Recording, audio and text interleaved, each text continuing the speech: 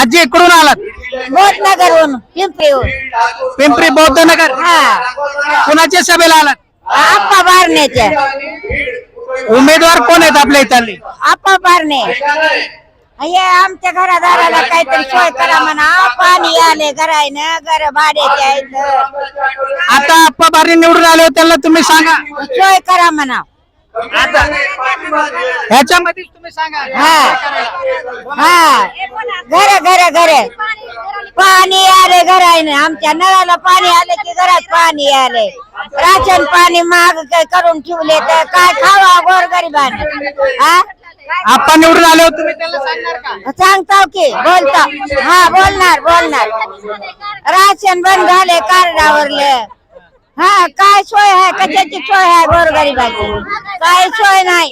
हा काय सोय नाही, कशाची सोय नाही गरीबाची.